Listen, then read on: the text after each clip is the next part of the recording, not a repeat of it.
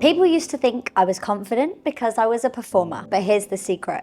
I really wasn't. If you're looking to build unshakable confidence from within in 2026, I've got the key, I've got the secret. Grab yourself a cuppa, a glass of vino, get comfy, and let's build confidence together. So I grew up performing on the West End in front of thousands of people. I went to theatre college and theatre school. Yet I realised in lockdown, when I started working on myself, doing yoga, doing meditation, and getting into my well-being, that actually I really wasn't all along.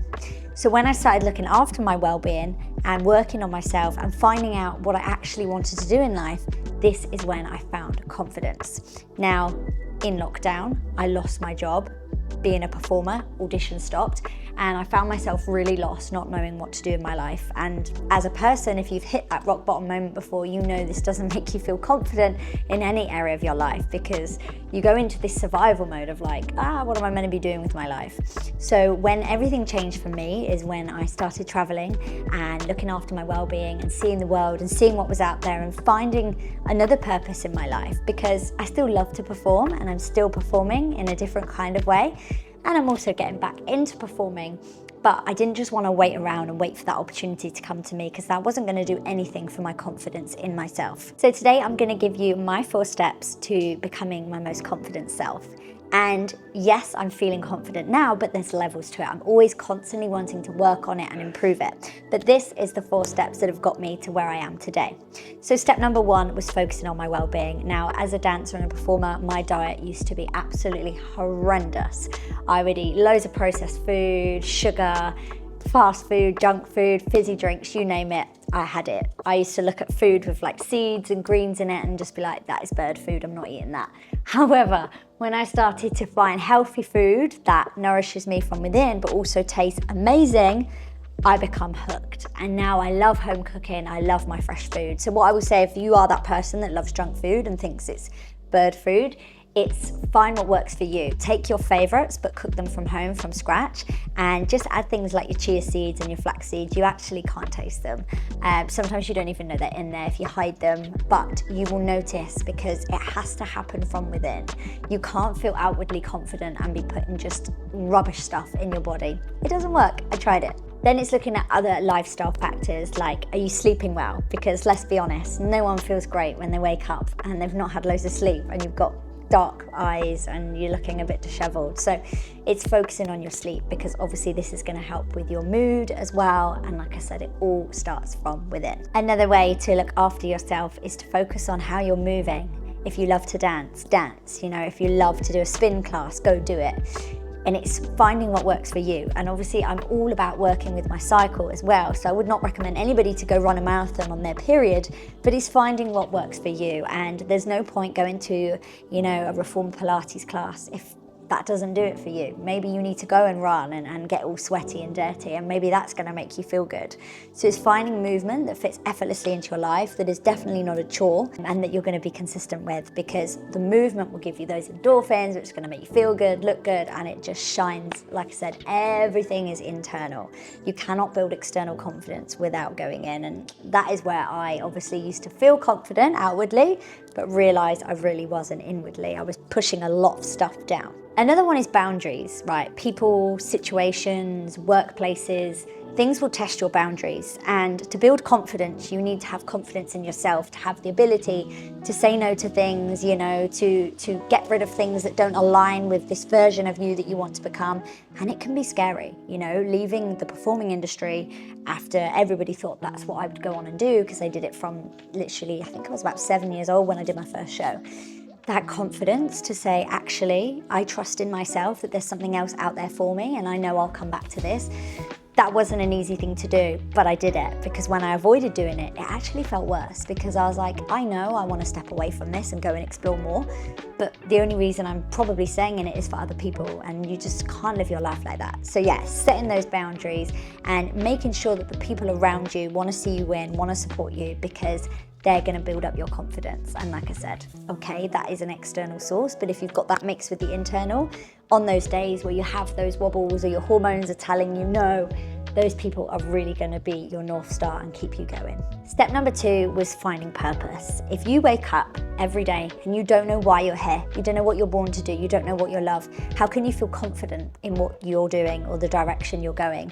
So for me, obviously stepping away from performing, I went traveling and I started to fall in love with yoga and doing retreats, and then eventually, you know, coaching women. And as you can probably tell, this lights me up and it fills me with confidence, because I know that I have a mission, I have a story to tell. So it doesn't matter if my videos aren't perfect or my editing's not perfect or my face isn't perfect. I know that I love this and this is what I'm born to do. So whatever I say, it will resonate with the right people. So finding something you love. And I also think on my journey, it's been really, really handy not putting all my eggs in one basket, because yes, I do my women's coaching and my healing and my retreats and things like that, but I also am building a personal brand with my partner as we travel the world. And, you know, not relying on one thing to be completely successful, I think is great, because otherwise you go into that survival, you go into that fight or flight, and you put so much pressure on that thing. So I would say, yeah, your purpose could be, let's say your purpose is to help others. There's so many different vehicles you can use to do that. That could be through content, that could be through retreats, you know, that could be through charity work. There's so many different vehicles, and what I would say is, as long as all the vehicles are aligned, they're going to get you to that end goal, and they're going to make you feel confident in what you're doing, because you know it's what you're here to do. Step number 3, and this has been a game changer for me, is showing up as my future self. So especially on the days where I'm maybe feeling a little bit stuck, a little bit off, maybe not confident in myself, I think, right, future Ellie, where is she? And I will channel her through doing a meditation, a visualization, journaling, or just even looking at my vision board and being like, okay, that version of me, what does she look like today?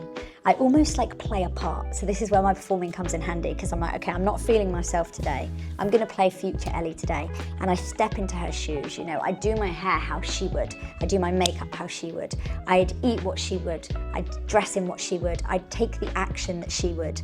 And that fills me with confidence, because at the end of the day, you're already her, right? But sometimes you're just asking her for a little bit of guidance. And that's what builds confidence, because then you're like, well, okay, I've already become future her. So all the things that she wants, I've already got. So that has been a game changer for me, and it really helps, especially that time of the month where, you know, you're just not feeling your best self. Almost like step out of this version of you and go into the future and play her for the day, and just see how that affects your confidence. And step number 4 to building confidence is doing things that scare me on a daily basis. Now, I'm not gonna lie, this whole rebrand of my life, going from performing to coaching, the whole process has been scary. Like the fear of judgment, the fear of failure, you know, like the fear of, is this the right thing? But I've done it anyway. And it's got me to this point today. It's allowed me to meet these people, you know, help these women, to have amazing experiences and memories and heal myself and feel great. So I don't regret any of it. But imagine if I didn't do that. Imagine if I'd stayed in that place of just still trying to make the performing work because I was scared to break away and scared what other people would think if I started something else.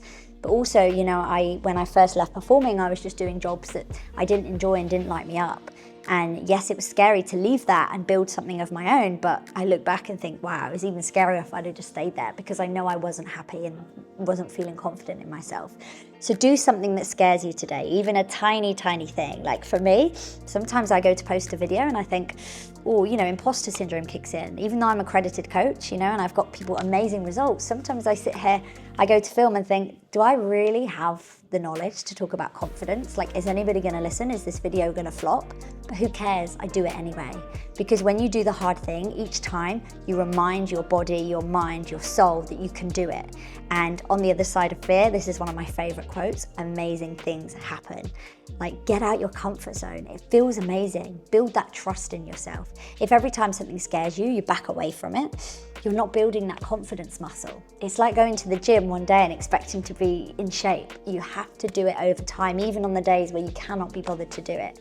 And yeah, obviously now and again, you'll get an inner feeling, a gut feeling of like, I don't think I actually want to do this. And that's okay, and that's important to trust that. But what I would say is, if you go to do something that you had the dopamine rush of, yes, I'm gonna hit this goal, I'm gonna make this video, let's say for example, and then you come to do it and there's a little bit of fear there, I want you to close your eyes and ask where this fear is coming from. You know, feel it in your body, journal about it. Just take some time to think, is this a gut feeling of like, this doesn't feel aligned and right, or is this fear? And that's a really good way of not letting fear hold you back from feeling amazingly confident. So I hope this video has been helpful for you. If you can relate to my story, please comment below, because I love connecting with like-minded women. And I have a little challenge for you, because it's all very good to watch these videos and then just, you know, carry on with your day as normal and not actually take the action. And like I just said, the action is what you need to start building that confidence. So what is one thing your future self can do this week that's going to help you build confidence and push through some fear? And I want you to do that. And I want you to let me know how it feels in the comments below, and by giving me a follow on Instagram and letting me know on there, because I want to build a community of women that are growing together, that are thriving, that are supporting each other, because life is so precious. A few days ago in Mexico, we had a really scary situation, and it really made me evaluate life. And I was like, what would my regret be if today was my last day? And my only regret was just stop caring so much about failing and you know, by holding back and worrying about silly things. So that's my question to you. Yeah, what would your future self do to push through fear and come out the other side of confidence? And I want you to go out there and do that, and know that I'm here for you every step of the way. So thank you so much for watching this video. Make sure you hit subscribe for more like this, and go out there and be your most confident self.